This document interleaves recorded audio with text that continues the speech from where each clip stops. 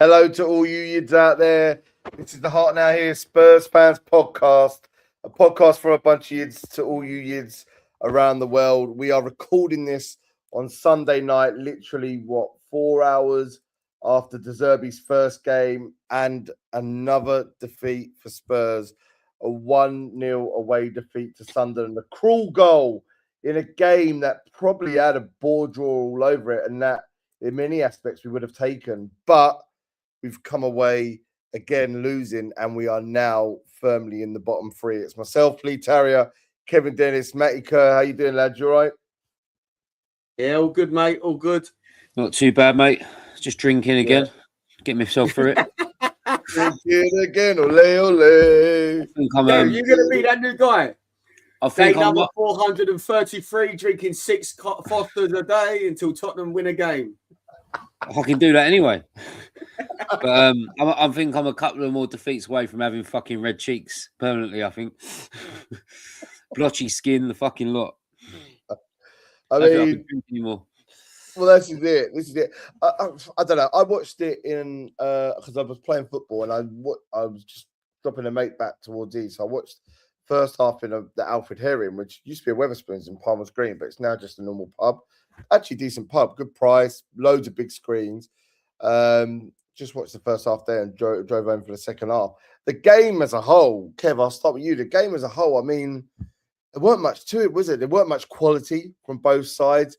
And the goal was a shit goal, wasn't it? But it wasn't the greatest signs for us. There were some moments, but all in all, how did you sum up De Zerbi's first game in charge?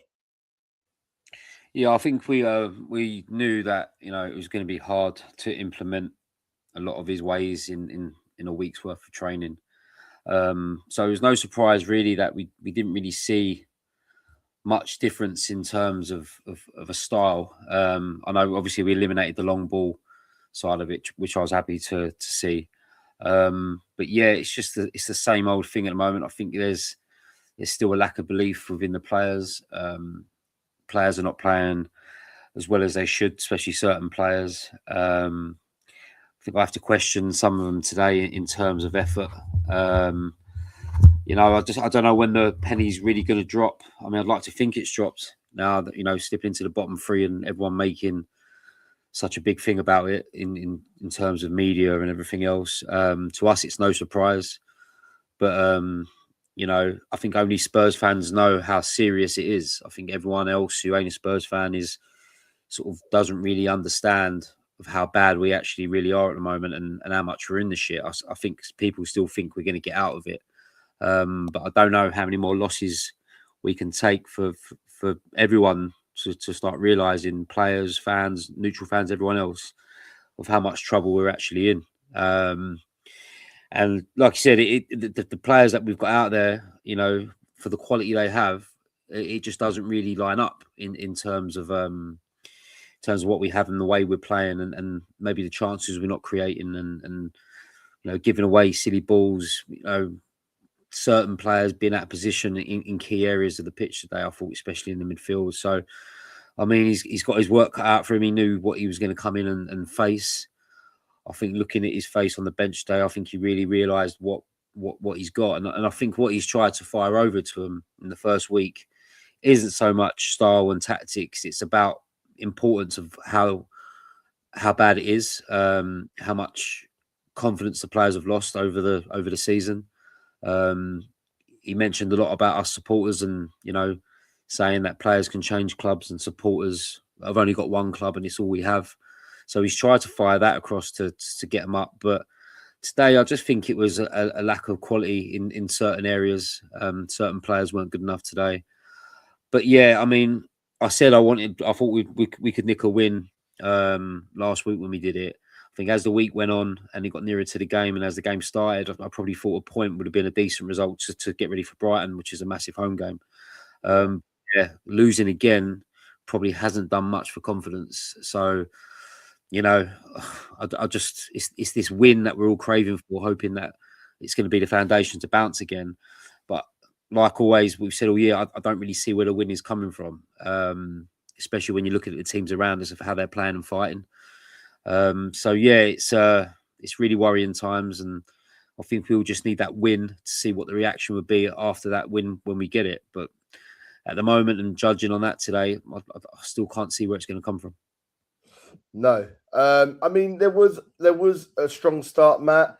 The passing looked strong at the beginning. He wants to play out from the back. Kinski looked good with the ball, as we knew he would. I think that Atletico game was just a bit of a freak accident and probably was a bit of a stain against him, which wasn't really just to what he done.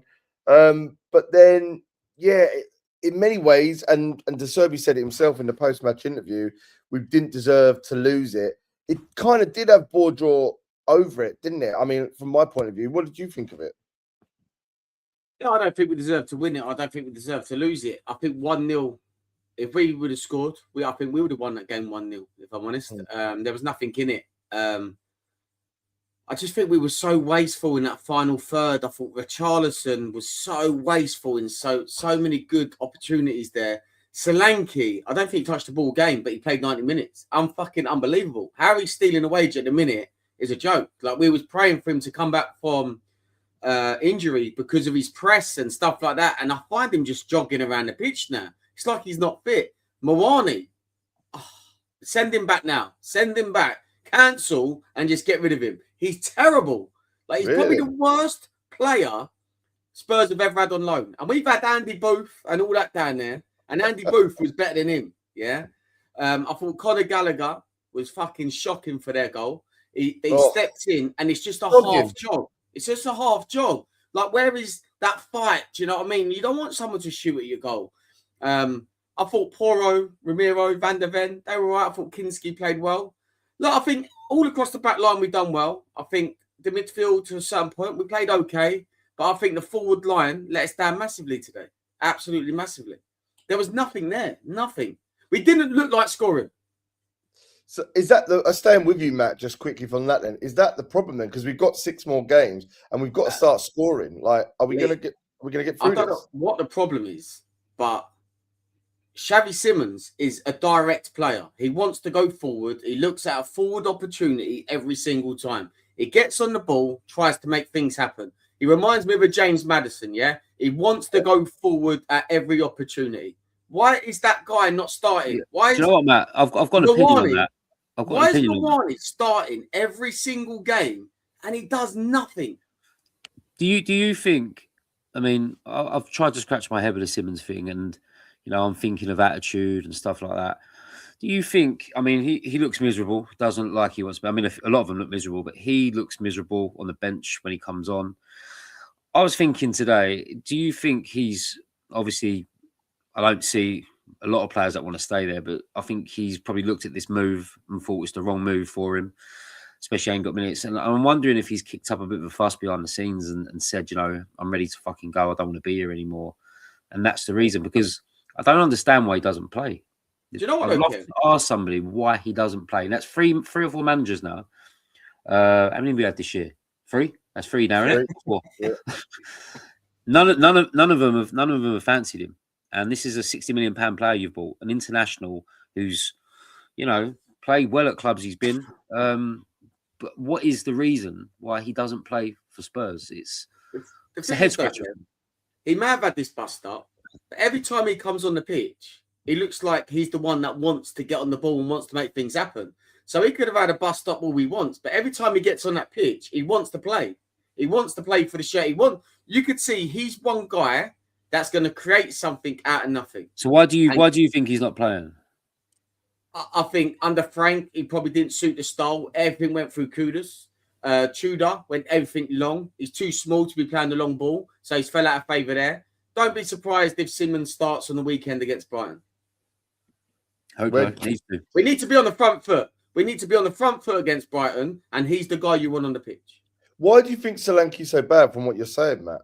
I have no idea, mate. But he doesn't look like half of the player that we had last season, does he? Not really, no. It's the press. I didn't think he was too bad in the first half. I mean, he had that chance where he should have put away. But yeah, I agree. The second half, I thought he was absolutely fucking dreadful in terms of, what Matt's saying there about the press. I mean, that was one of the reasons we bought him underhand, because we knew he could press and force mistakes at the back. But a million miles off it. I mean, I watched it today, and there were times, a lot of times, especially in the second half, where he would stand off and one of the central midfielders would go and press the centre halves and he would drop back. And I was thinking, well, why is that? You know, but yeah, I'm with you, Matt. He doesn't look quick anymore. He looks like someone who's carrying an injury. And and the thing is, he's the best thing we've got up there. So if he ain't firing, then what do you do? I mean, Richarlison gives us everything he has, but it isn't enough, is it really, Kev? I know we've had this debate. Matt's always backed him. He obviously didn't today, but that early 5-minute period, he had a couple of. He either had the ball to use well, or he had a shot, and they were both pretty weak. Yeah, the definition is weak. Yeah, that's spot on. That's what me and my brother-in-law were saying when we watched it. Everything he does is weak. Holding up the ball, he's weak at doing that. In terms of getting him in the box and having a good strike on goals. He's a centre forward as well. He ain't a wide player, but he's a wide player today that got himself in a position where he's got the goalkeeper to beat. And I've seen my 6-year-old girl hit balls harder than that in games, and I don't understand it.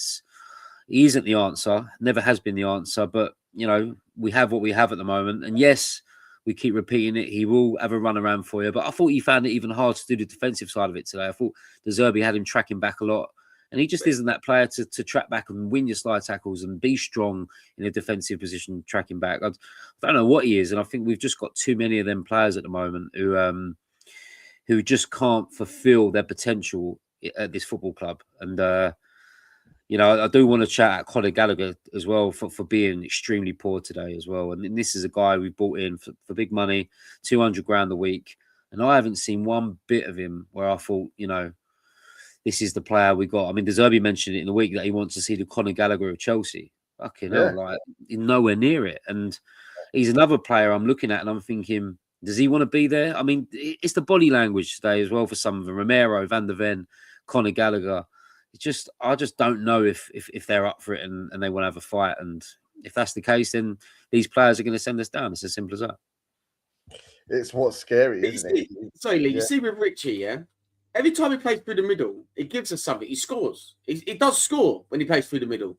I don't understand why we're playing him left wing. Like, he's not a left winger, but I get it. People have played him through the left wing. I think Everton played him there.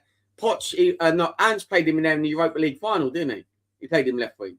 Yes. So I can understand, but if Solanke is not doing nothing, then play Richie through the middle. I don't understand what Solanke done today to be able to say that I could play 90 minutes today. Because I think he touched the ball about 3 times. Well, this is it. I do think, as I said, Richarlison's going to give you everything he's got. Whether that's good enough, I'm not sure, but he's dogged. And it might have to be that we have to change that a little bit. And if we're talking about where Simmons is going to play, if you think he's going to play higher up the pitch, I don't know. I mean, what about the other players, like in terms of grade? What did you think of him today? It was just a normal 6 out of 10. Like I thought, like he was okay. Didn't do much wrong, did he? Didn't do much right. It was just a balanced performance from Gray. Like Papa Sarr, when he come on, I don't think he touched the ball. Yeah, I thought Bergvall was a bit poor today as well. I know he's with Bergvall, I think he just took too many touches of the ball. He didn't. Yeah, he does that a lot though, Matt. Don't you think he does? Yeah. Take too many touches and tries too much, then misplaces the ball, loses control of it, and then goes and fouls someone trying to win it back. I mean, it's quite a common theme. It just needs a bit of confidence, fluidity through the team. But I'm just questioning if these are the players that are going to be able to do that in such a short amount of time. Anyway, I think De Zerbi's got one eye on next season. He's probably, some of these players are on auditions at the moment, especially the younger ones and the players that may not move on if we went down. But some of these players at the moment are just not giving themselves any chance of this manager wanting to play them next year, if we survive or not. It's just there's just a big theme in the team at the moment where I just don't think the players are good enough. And I wonder if you stick them in a different side, would they be different? I don't know. But at the moment with us, I don't know if it's because they're so unhappy. They're in a rut. Mentality's fucking all over the shop. I just don't know what it is. It's just no. I mean, these managers we've had this year, it's just been no. Every club has a new manager bounce. Something changes all the time. And going by today, I wasn't expecting us to go and fucking smash some of them, but I think I still expected us to play better. And I think a lot of Spurs fans may have took a draw or a loss if we play really, really well and we showed signs that the next game, if we play like that, we would beat Brighton at home with home advantage. But it's just another game where we come away and I'm thinking, well, I don't even think we'll beat Brighton. I'm not sure if we will now because, you know, it's just about getting that win to bounce on, and we just can't do it. And the longer these draws and losses go on, and the worse it gets in terms of everything, all the noise around us, I think the worse it's going to be. And I just don't think these players, I think the word I'm looking for is these players, some of these players have checked out already. And that's a shame because they're letting everyone else down, and especially supporters. How big is mentality in this, though? Because obviously they haven't won a game this year in the Premier League. That starts to play on you, right? Even at the levels we play, whether it's 5-a-side, 11-a-side, playing a decent Sunday, Saturday team. If you don't get that sort of run of games and all of a sudden you start losing it, that mentality does sort of store in you. And look, again, these are players, they're professional. You've got to see past that. Strong mentality is half the reason. I think it depends on what kind of person you are, what kind of leader you are. I've always been a player. Obviously I haven't played at that standard, but I've always been a player that's, no matter how shit my team is or whatever, I have my own personal way of playing, and I'll just always fight, and I'll always be aggressive. And whether I'm losing 5-0 or whatever it is, I'm still the same, and I still want to win games. I play for a team in the Hertfordshire County League at the moment, and we haven't won for 10 games. We drew a lot, lost a few, but we haven't. But nothing ever changes. It's just we needed that win. We got that win this weekend, and it'd be interesting now to see where we go from now. But the mentality hasn't changed. We still fight for each other. We still want to win. We still in the change rooms and we're fighting, and we're G'ing each other up. That's all still there. It's just the results just didn't really happen. But we never stopped. No one ever stopped giving a shit. And but did it feel like after this Saturday when you won, Kev, that there was a little bit more puff out the shoulder, bit like, oh fucking hell, yeah, we're on this. Oh yeah, it's brilliant. Yeah, we've got a thing where we play Three Little Birds, Bob Marley, every time we win a game, and we haven't played that for 10 weeks. So to play that in this weekend just gone, changing room was on fire, and we can't wait to get going. The group chat was popping off. We're all down the pub. Everything's happy. Everyone's great, and it's about what you take into the next game. But it meant a lot. But we never stopped trying before that. And my problem is with Spurs. I just think a lot of them stopped trying. And you know, if I'm the captain on my side, so if I've got young players that decide they won't give a shit, I'll have a word with them about it and ask them why, and speak to the coach about it and go, why ain't he doing this? Why ain't he doing that? And that's that standard. So this standard, I don't know if they're on too much money or what, but they've still got a reputation to hold. The world is watching them. You know, you're going to be deemed as failures. You're going to be deemed as a laughing stock because you're a player that took a massive club down. And it ain't just solely on the players, it's everything else around it. But at the end of the day, these players can be playing better than they are. And if they can't, and 3 managers can't get a tune out of them, then I'm questioning the players and I'm questioning the desire. And, you know, I think it really comes down to that. If we win a game, it might change. I don't know. But can we find that win? Fuck no. Who knows? Do you know what I mean? Well, I'm just looking at the stats overall because I did say, look, I didn't think there was much in it. And we've all said here, like, we could have easily had it 1-0 our way. We had a penalty at one point. VAR overruled it. But in terms of the stats, we had 11 against their 13, but 7 of ours were on target against their 2. We had more touches in the opposition box, 26 to their 21. Their goalkeeper made 7 saves to Kinski's 1. Covered more distance. There was positives in it, I would say, Matt. Not great positives. Not like, oh my God, there's a manager bounce and everything's going to be all right. But there was enough to make me go, look, if we play a little bit and if we take that into Brighton, we might get something. You know, Brighton are on form. We got to remember this, you know. Like, they've turned it around and they're going to be on form. But at home, new manager with everything it means, 5:30, everyone in the pubs for a session before. You know, is there enough with them stats and what you saw today to be at least encouraged that we can do something against Brighton? Day Nally, we beat Brighton Saturday. I'm telling you that now. I've not been confident at all. 5:30 on a Saturday. Matt, I've heard you say this all fucking year. This year, it hasn't happened. Yeah, I have not said. I love your passion, mate. But fucking hell, I can't say we're gonna win. We fucking beat Brighton Saturday. I'm telling you that now. No matter how form Brighton are, we beat Brighton Saturday. I'm telling you. I like it. Sets us up to go and beat Wolves. Then it sets us up to go and beat Villa. It sets us up to go and beat Leeds. Then Chelsea. Then Everton. Done. 6 out of 6 to get Europa Conference League. No. all jokes aside, look. There's 18 points to play for, yeah? If we can't get more points than West Ham, Forest, and Leeds out of them 18 points to play for, then we fully deserve to go down. Yeah. But I honestly do think De Zerbi's first home game at White Lane will beat Brighton. We will beat Brighton on Saturday. I honestly mark my words. Yeah, because I mean, I looked at it today as well, and like you said, there was an encouraging sense from the back line. It looks like Romero is going to be out. Guy was crying. He's probably crying because of the World Cup, not about us or anything to do with us. True. Yeah.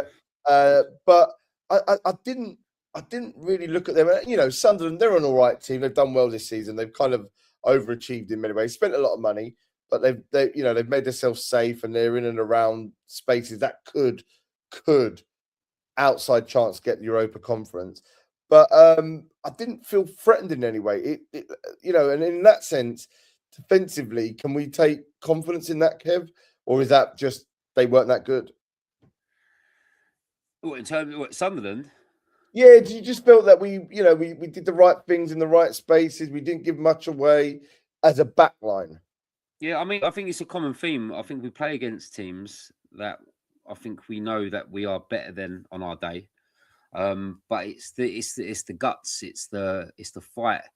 These teams seem to be edging victories over us and just having that little bit more in terms of nicking a chance here and there, or putting a tackle in or a block in. There's just a bit more to them. And these teams ain't better than us, really. But with the shit we're in and the confidence we're in, I think a lot of these teams do look better than us. I mean, I look at every team in the Premier League at the moment, and they all look better than us in terms of how they're going to get out there and play in terms when the back's against it. With us, I just think I think the word brittle is probably the right word. We're in our shell massively, and I mean, all it takes is to get out of this shell. And I think, like Matt's saying, you've got so many points to play for, but it's just about, can we get out of this shell against teams who really you should be beating. I mean, the stats this year really don't fucking lie, and we are sort of where we are because we deserve to be.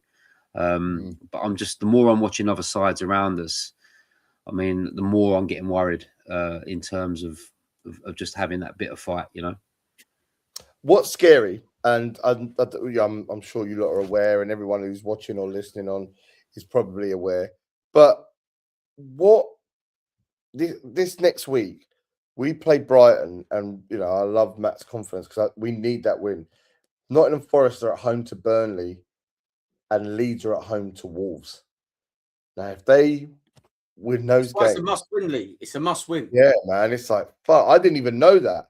I was just looking at their fixtures. I was like, fucking hell, what a week to have that. I mean, Wolves have been doing all right, and then they got hammered by the Hammers. Like, no more pun intended, but I thought, fucking hell. And now looking at that, I'm like, we cannot afford to lose this. Cannot afford to lose this. Well, that's the position we're in now, Lee, where it's it's the crunch time now, and teams are going to be playing other teams around us and all that, and teams are going to drop points around us, and it's like, when can you capitalise? And we've never been good, whether we're at the bottom or in the mid-table or the top or in any cups or group stages. We've never really capitalised when the results go for us. And this year especially, we haven't capitalised on anything. So, can that spur them on when if Wolves beat West Ham, would that spur us on to play better at Sunderland? I'm not sure. I just think we are what we are at the moment. But like I said, I think it's vital to get that next win and see what happens after that. And I think if you beat Brighton and you go and lose against Wolves, then it's all for nothing again. I think there needs to be a bounce off a win. And if that doesn't happen, then unfortunately, I think the worst could happen. It's scary now, though, isn't it? I think it is, mate. But the thing is, Lee, me and Matt calling this from fucking January time. We were saying, I mean, we spoke about it in the group chat when we put that clip up of Matt, when you asked Matt the question. I think it was in It's like maybe after the Newcastle game in February time. Yeah, it was early. It was early And I enough. remember you asking Matt. I mean, Matt was in agreement, and you asked him. It sticks with me all the time. Matt, can Tottenham Hotspur get relegated? And he said, yes, of course we can. And that was in January. And a lot of people have seen the signs early doors, but the club they've just slept on it, mate. They've what's her name? Is it Abby Summers? The blonde girls on TalkSport. She come out of it today and had a big rant. And she says the whole club and the players have slept walked all the way through it when it was shit, being arrogant and naive and thinking that we was too good enough to be dragged into it. And now this is what's happened. And there's so many people to blame for it on the pitch and off the pitch. But we are where we are because we deserve to be. And we've now become, I think Matt said it in the group chat last night, we're a club that isn't really built to fight like this in terms of this. And you've got teams down there at the moment that fight like this every fucking year. So they kind of know what it's all about. And with us, some of these players have never been in a relegation battle in their life.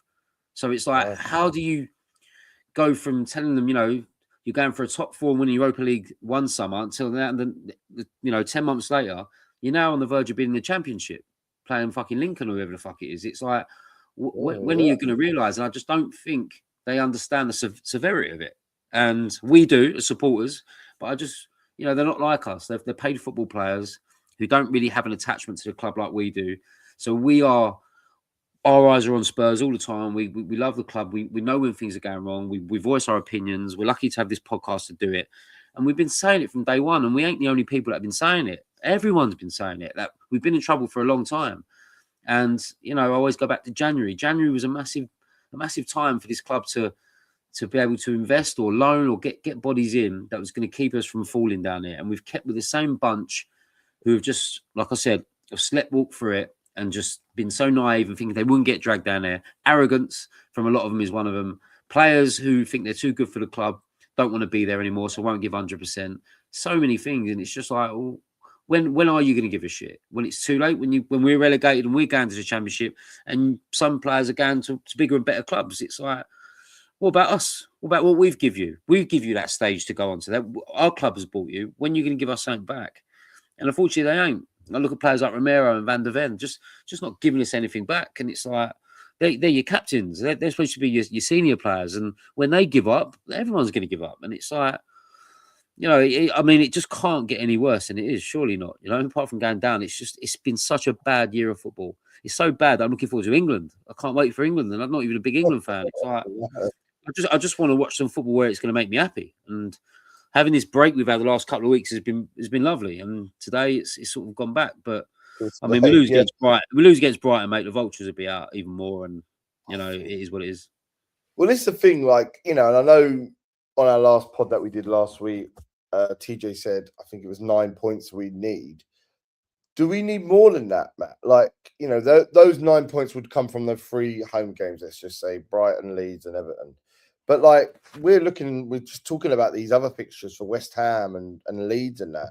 Is 9 points going to be enough now? I think it was okay until West Ham won this weekend. Because we're 2 points below 17th. Yeah, West Ham. so that means if we'd done that, we'd be 7 points. But then we're hoping that they wouldn't pick up any more points. Yeah. Mate, I think the next 2 games is a must win. We have to beat Brighton and we have to beat Wolves. There is nothing about it. We have to go and win them 2 games. If we don't, I really see us going down. But I think if you leave with 4 points in them 2 games, you sit there and think, right, we're in with a chance. But if we lose one, and then if we lose to Brighton and then maybe draw with Wolves, we're done. We're done. Because the only hope is that Villa will be playing Europa League semi-final, kind of round about when our fixtures. Yeah, so that could help us. But they're chasing that top 5 spot. Like you see today, they slipped up at Forest. I don't know, man. All I know, we need 6 points for the next 2 games. 4, the lowest we can get, but 6 points, we have to get 6. Yeah, I'm looking now, West Ham's fixtures across the rest of the season is Palace, they're the only one playing away from all of us in the bottom next weekend. They're away at Palace next Monday, the 20th. They got Everton at home. They got Brentford away. They got Arsenal at home. They got Newcastle away, and they play Leeds on the final day. I don't see West Ham picking up many points there. They've got some tricky fixtures. Everton are chasing Europe. Brentford are chasing Europe. Crystal Palace, that's a tough place to go, Selhurst Park. You say Arsenal. That now, if Arsenal would have won yesterday, I think Arsenal could have probably won the league before West Ham, and then West Ham will probably beat Arsenal. Yeah, because Arsenal had the semi-finals of the Champions League. Now Arsenal have got to probably go into that fixture needing a win. So that's helped us now massively. Arsenal slipping up yesterday. If we win, if we win our games, that's the big question. Yeah. It's looking at everyone's fixtures, but looking at us and thinking, well, where's our win coming from for us to capitalise on them shit fixtures West Ham have got, you know? And now tomorrow night, Man United Leeds is huge for us because looking at Leeds games, they're the team that I feel will probably be the one that gets dropped into it a little bit. Thing is, though, you'll watch Leeds tomorrow, and you'd watch them, and you'd go, wonder if my team would play like that at Old Trafford. Wonder if my team would fight like that. I mean, you'll probably see that tomorrow. Leeds will probably give that a go. I mean, I fancy United to beat them, but Leeds won't go down, you know, without fighting. And that's the key thing. It's how much fight do we have, and I don't really see it. And I don't know how many more games you can keep losing until you turn around and go, well, no, we really need to fight it. I don't know. I mean, he's got another week of them with training, so I don't know what he can. I don't know what he can do, to be honest, in terms of that mentality I'm talking about. You can get on the training pitch, you can do as much as you want and work, but it's firing them up and making them play better and have the confidence. And that's the biggest job he's got, I think. Ain't so much in terms of style, because that will come in the summer when he gets rid of the players he don't want and he gets the players in that's going to suit his style. But at the moment, he's just got to try and get them playing and knowing how good they are as footballers and going to express that. And at the moment, they're not expressing it to their full potential. And that's no fault of his. That's kind of the cards he's been dealt with. So it's down to the players, mate. It really is to play better in whatever position they're told to play in and whatever style they're asked to do or whatever it is. They need to play better and need to fight a bit more, and they've got to learn it quick. Has any of you heard any player interviews? I heard one with Romero, I think after the Forest game, which is just a bit of fluff. But have any of you seen any player interviews on social, on any of the Sky channels? Nope. I think they've probably been told to just not do it, and the manager will take it all at the minute. Fucking, that's a lot to ask on him, isn't it? You think, like? I mean, the thing is, the players are only going to come out there and get asked the same questions. You know, why are you down here? What can you do? And they can only say what we want them to what we want to hear. But it's, I think, words of their words this year and everybody's words within the club, it's fell on deaf ears with the way we're playing. It's nothing's, whatever you've said, you haven't promised. You promised it, but you haven't fulfilled it. And it's now becoming later and later and going into now sort of mid-April. And we're now in the bottom three. And we're now on our worst run since the 70s. It was when the team went down last. And it's, I just don't know what wake-up call is going to happen for it to, for them to really realise how shit they are. I want to know if they know of how bad the situation is. The thing, sorry to interrupt, like what I was going to say is, what do you think is the mood daily in that training ground? I honestly, I mean, I watch a lot of training stuff, and they're just, I mean, they're laughing and joking, which you can't take that away from them. They're going to do that. But sometimes I think Spurs' of social media doesn't help us supporters, when they're in the shit and they're playing silly quiz games with them and doing things like that. And when they're walking into training, they're trying to make light of certain things, probably because the situation's so shit. It just doesn't really wash. I don't want to see all that. Don't want them laughing and joking. If they're going to do that, don't film it and put it on the social media. Put it on the social media of them training hard and working hard to give us a bit of hope as supporters when we go into the stadium. We think, well, he looked good in training. He was good. I mean, the De Zerbi thing this week in training was beautiful to see because I haven't seen a manager get on the training ground and direct players like that fucking forever. Probably since Pochettino. And it's like, it kind of give me a bit of false hope this week, thinking, well, maybe he'll get something out of him because he's been on the pitch with them. But I don't think the world's best manager, I don't think Sir Alex Ferguson or anyone like that, or Klopp or fucking Guardiola, I don't think he would be able to get a tune straight out of these lot, because I just think the levels in the side and players have just down tooled and sort of checked out, and they're the sort of players you don't want around in this situation. But they're our best players. Some of them we've got to pick them. So it's a really sticky situation, I think, for the coach to be in and everyone around it, you know.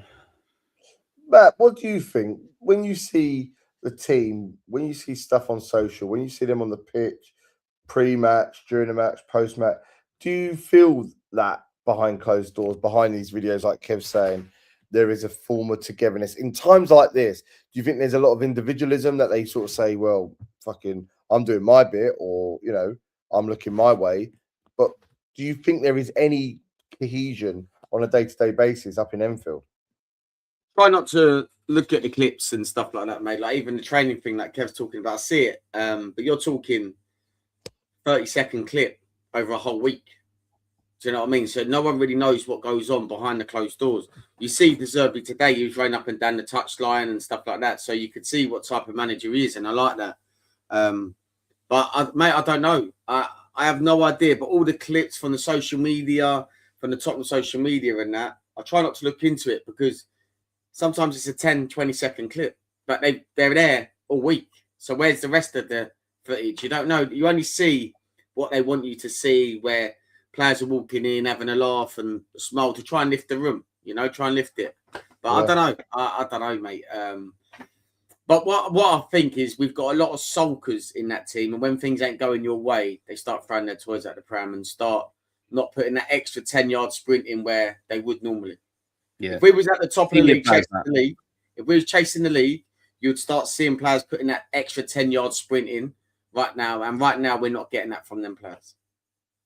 But that's what's worrying, isn't it? Because I wouldn't want a relegation on my CV, regardless of thinking I can move along. Like, as an individual, as a player, my pride is like you were saying, Kev, when your team, like, if you haven't won a game, you're still going in. Like, I don't want people to remember, oh, you got relegated at Spurs. Like, that can't happen. Because this shouldn't really be happening. Is that money, though? Is that money? You know, people like me do that for free. Like, these players are getting paid $200,000 a week, regardless if they fucking win, lose, or draw. And it's like, that's where I have to question it. And I know it's modern day football, and there's thousands of footballers out there and in the world that do it. But you know, this is fucking Tottenham Hotspur. This is what we have as a club and what we are globally.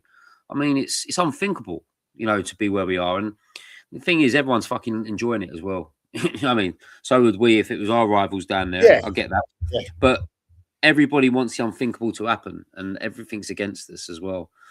And sorry, I didn't mention earlier as well, quickly, I just want to, before I forget, I thought the referee today was fucking horrendous as well. Yeah. I mean, I thought he was a massive factor in certain decisions. I didn't think he'd give us anything. And I did, sorry to throw this in at this section here, but I did want to say it, because I think he contributed to a lot of our downfalls today as well, in terms of not being, you know, equal on both sides in terms of decisions. And I mean, there were certain things that happened on that pitch for Sunderland players that if Romero would have done it, he would have got fucking sent off. And I just think there's a bit of an agenda against us, and I don't want to use it as an excuse, but I just feel like the footballing world wants it to happen. And maybe it's just me being paranoid because it's my club, but yeah, I just feel like there's a bit of an agenda against us at the moment in terms of everything, VARs and yellow cards, red cards, and don't know. Maybe it's just me sulking about it. I don't know. I mean, I wouldn't be surprised at that. Like, to be honest, it's a big name, isn't it? Like, the Premiership kind of thrives off things like that, where like anything can happen. Like that, it's a selling point around the world. But for us now, you know, we spoke about Brighton. To go back to it, like, what do we do, Matt? That Forest game, you know, what, 3 weeks ago, there was the big, almost parade-esque entrance from the fans. This is 5:30. This is Saturday night. You know, it means that people can be in the pub at 11, 12 and have a few jars and be ready for it. Do you expect something similar to what was there against Forest, or is it going to be a bit more business as usual and more in the ground? I don't know. I see on socials that the same people that arranged that have got a meeting on Tuesday with the club and that, because there was they were prioritising the Fury fight over the weekend. They had so much planning to do with that, and they wanted to wait till that's done to then start looking at it. I don't think the bus and that will be a good idea. Maybe it did put a bit too much pressure. I don't know. But what I do think is everyone going into that stadium needs to be raring to go. Even if it's like on the high road and that, but everyone in that stadium is raring to go. It's 5:30, so people are going to be on the beers early doors, and that automatically lifts the atmosphere anyway. But also, people need to stop fucking sitting down, like in key areas of the stadium, because when you sit down, the atmosphere does go down. So in certain areas of the stadium, it has to stay standing to keep that energy up. But the players have to give us something. And I think, honestly, Lee, I think with De Zerbi's first home game, I think a lot of fans will be excited to go on Saturday for De Zerbi's first home game. I'm hoping he gets on the phone to Lewis Dunk and all that, and they owe him a favour. Do you know what I mean? And sort us right out on that day. I don't know. That's me just praying. But listen, we beat Brighton on Saturday. I think Brighton will. I think having De Zerbi in charge, I think might fire Brighton up a bit more to maybe get the win. I don't know. I mean, I know they haven't left on sour terms or anything like that, but I bet the supporters would like to stick one on him by beating them at Spurs. I think the problem is that everyone that plays us now, whether we're at home or we're away, you know, look at Spurs now and go, well, this is a dead cert. We play good. We'll smash these, and that's the problem you've got. And you are going to be looked upon like that when you've got a record like ours this year, and you are where you are. But yeah, that is the problem at the moment. Is every team fancies it, and we've always been quite weak in terms of when it comes to the crunch. We sort of have, end up turning into some shit houses, and I think at the moment we certainly are, especially in the terms of being brittle and like I said, in the situation we're in. So, I mean, I think every game now is really difficult, and it's mad really because I've always wondered. I've never wanted to know, but I've always wondered what my club would be like in this situation when I've always looked over every single Premier League season there's been since I've started watching the Premier League of looking at teams down there and fighting and celebrating like they won the cup when they stay up. I'd never imagined my team being down there being like this. And I kind of now know what it feels like. And I'm a bit ashamed to know how it feels like because my club shouldn't be down there. But yeah, it's a really sticky situation. And not only the players, but the fans don't really know what it's like to be in this situation either. So, it's for me sitting at home watching West Ham and Wolves and cheering and getting the ump when West Ham score sort of says a lot where I am this year in terms of being a Spurs fan, where I'm sort of watching games at the bottom and hoping for certain results. And it's just not good enough for us and we shouldn't be down there. And it's a strange feeling. It really is. And it's something that if we do survive, I'd never want to go through again because I don't think we're built for that sort of fight in these sort of divisions, especially with the certain players we got, Yeah, just before I ask you what you think, Kev, about it, I know it's a must-win. Some fans that I've got mates like all of us, Arsenal mates, Chelsea mates. A lot of them blame Ange for this. Like that, something was said by a Liverpool mate of mine was that like he allowed losing to be okay.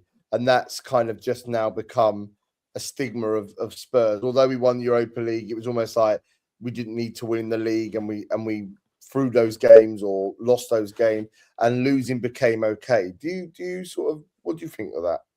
Well, losing become okay in terms of because of the way he played. He only played one style going forward. Yeah, he lost 22 league games, right? And that would any other year would bring you down. I mean, we've lost how many we lost this year? 17, 18?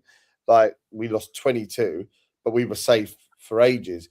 Yeah, but they were saying, yeah, and a few of these fans, again, they're outside fans, but they're almost like this is a rot that's come from Ange because of the way that he set up losses. I don't personally agree, but I want to know what you lot think.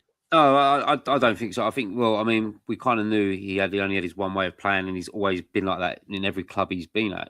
We knew the level was going to be different in the Premier League, and he got found out for that. He also got found out for that when we went to Forest as well. So you kind of know that you need to adapt as a coach. He never did. So I don't know if he thought losing was okay. He just tried to win games his way, and I think he liked. I mean, it suited the style that all the fans wanted, being on the front foot and everything else. He just didn't have a strategic game plan if it went wrong and shutting up shop and things like that. I mean, I'm probably more disappointed with, Thomas Frank's comments when he first come. That seems to have aired a lot lately, where he says, when he first came in, he said, well, listen, we're going to lose football matches. And that ain't what we want to hear as a football club, especially coming off winning the Europa League. We don't want to hear we're going to lose football matches. I don't ever want to lose a football match. No. Losing one game a season is fucking hurtful for me, let alone losing the amount we did. If there's any blame that he's going to lie, it's simply on the board this year. It's simply on the board. There's no one else to blame than the board. Yes, these players should be playing better, but these players are playing because the board didn't decide to go out and buy better players when the time was crucial, when we had injuries. I don't see how you can blame anyone else than the board for the trouble that we're in at the moment. What do you think, Matt, about them comments about Ange and stuff? Because I know you're a big fan of him, like a few of us were. Well, when you said that, I didn't hear that comment before. But when you said that, it kind of makes you think. But yeah, it kind of did make losing become a bad habit. But I still remember that day when we were playing Man City and we kind of wanted Man City to beat Spurs that year, yeah? And then Ange come out and slated us to say that you're backing your own team to lose and stuff like that. And then to think like last season, he did throw a lot of games when we were like 1-0 up at half time or 0-0, and he'll take off Van der Ven and Ramiro for the Europa League game. So I can see where that has come in. But I don't think that's on what's now. We've had managers since then. And the recruitment has been absolutely terrible. And I think we've just been unlucky with injuries. Yeah, I agree. Yeah, I think if Kudus and all that are not injured all season, and Maddison, Kulu, we wouldn't be in this situation. We wouldn't. But we are. And we have to deal with what we've got now. And yeah, it's going to be a struggle, boys. Buckle up, man. He's fucking buckle up. I mean, Kev, last question, because Matt, he feels confident on it. Are you as confident as Matt for Saturday? I can get why Matt's, confident. I mean, there's theory behind the manager's first game, but I've seen it too many times this year where I've been hyped up for that reason and thinking that we're going to turn the corner, and I've been slowly disappointed that we haven't in games where I thought, this could be the one to turn the corner.